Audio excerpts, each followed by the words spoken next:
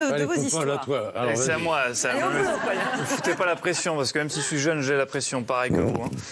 Ah oui, je vous raconte des histoires, et à la fin, vous me dites si elles sont vraies ou fausses, si je les ai inventées. Oh là là, oui. Si vraiment ça s'est passé. Ok, on y va Histoire numéro 1, nous sommes à la Faourette, un quartier de Toulouse que vous connaissez peut-être, un peu après 19h. Et des agents de la BAC, donc de la brigade anticriminalité, viennent d'arrêter un jeune garçon, il a 16 ans. 16 ans uniquement. Voilà plusieurs mois qu'ils le surveillent, ils le soupçonnent en fait de dealer de la drogue. Donc l'un des agents le fouille, bingo, 130 grammes d'herbe sur lui, évidemment, du cannabis, mais pas que.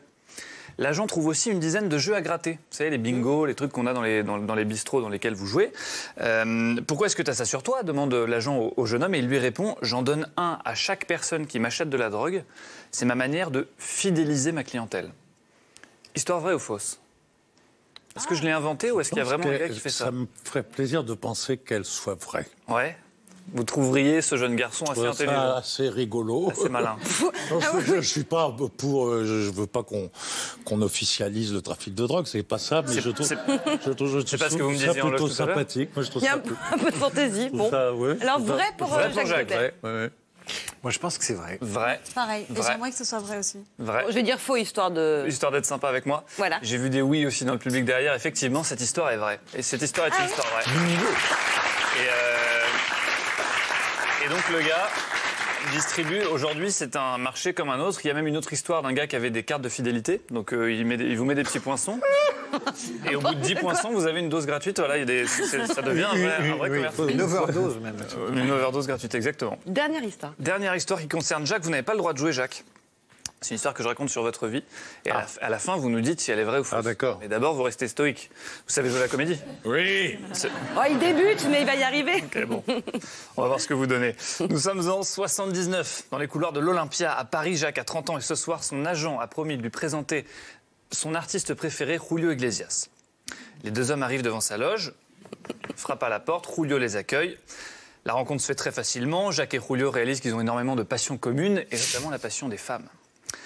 Et au fil de la discussion... Ça va être très difficile.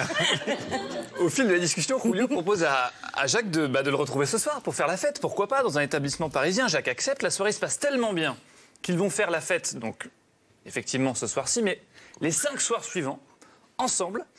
Et ce qui est d'exceptionnel dans cette histoire, vous nous raconterez, c'est que vous allez jouer à un jeu qui s'appelle Concours de celui qui séduit le plus de femmes en 5 jours.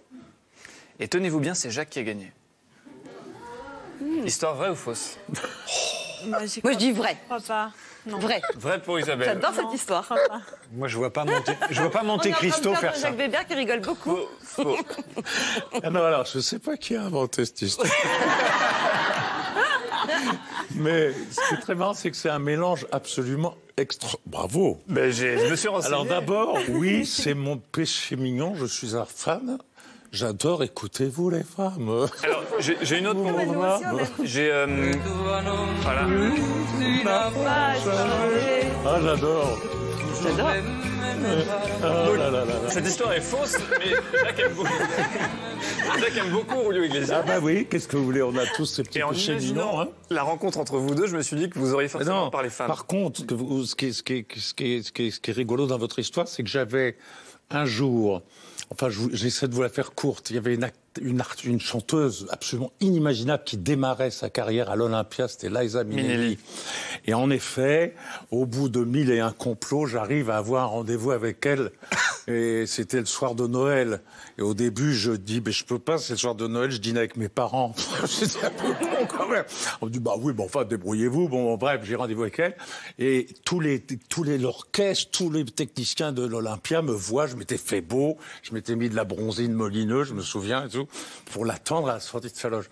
Et je connais la fin de l'histoire. Et d'un seul coup, elle sort, elle me fait « Hi, Jack !» avec un mec à son bras. Putain. Ah oui, mais oui. Et en fait, son gars lui avait fait plaisir, voulait lui faire une surprise pour Noël et avait débarqué dans la chambre. Vous savez ce que j'ai fait? Ah, ça, je connais pas, ça, je sais pas. Alors ça, c'est sublime. J'étais tellement barré quand même à l'époque. Je me suis renseigné pour savoir à quel hôtel elle était. J'ai pris une chambre pour espérer la croiser dans les couloirs. Mais à l'époque, dans les chambres, il n'y avait pas de télévision. Il y avait juste quoi dans la table de chevet, juste la Bible. Et c'est comme ça que pour la première fois de ma vie, j'ai lu la Bible. C'était victoire. Merci beaucoup, Jacques Weber. L'entrée de